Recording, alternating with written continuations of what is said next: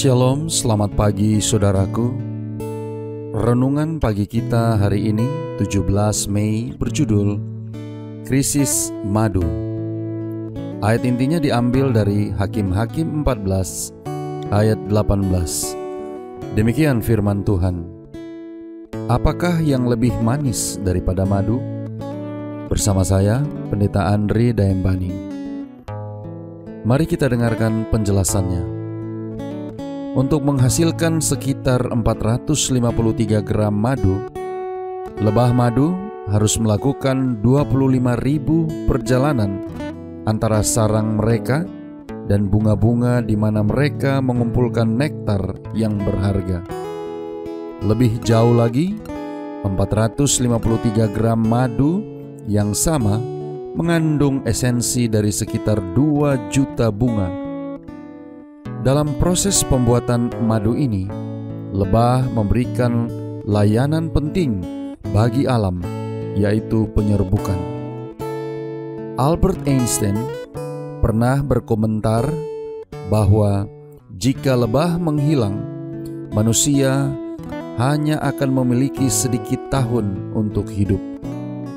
Pernyataan ini sangat serius ketika saudara mempertimbangkan wabah yang menghancurkan beberapa tahun yang lalu di antara koloni-koloni lebah Amerika Serikat yang disebut CCD atau Colony Collapse Disorder, yang dalam bahasa Indonesianya berarti gangguan keruntuhan.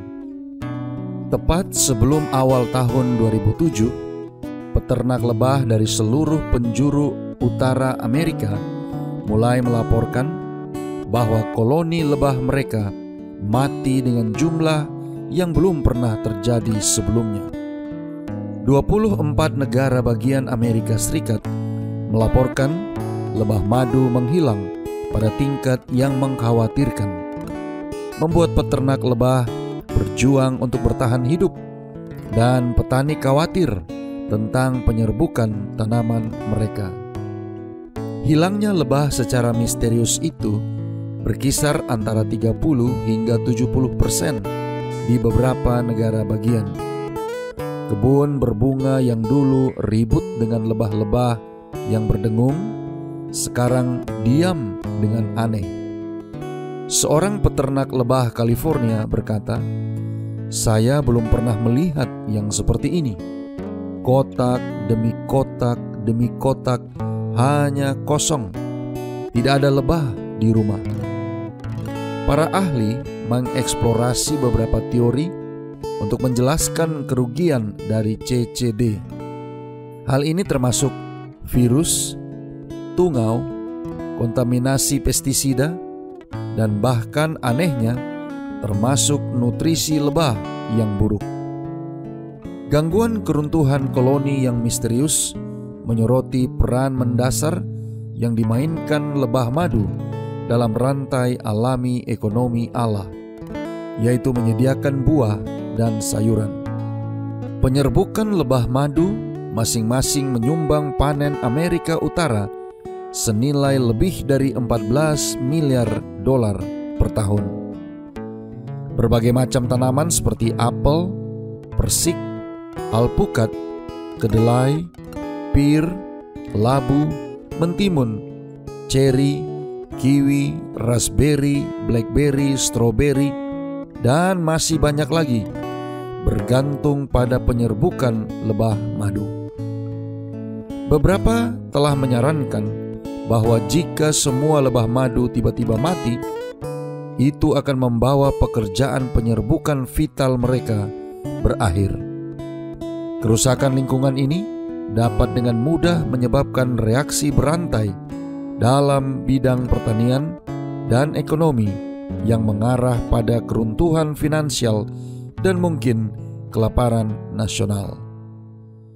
Saudara-saudara yang kekasih di dalam Tuhan, siapa yang menyangka karya makhluk kecil ini ternyata begitu penting?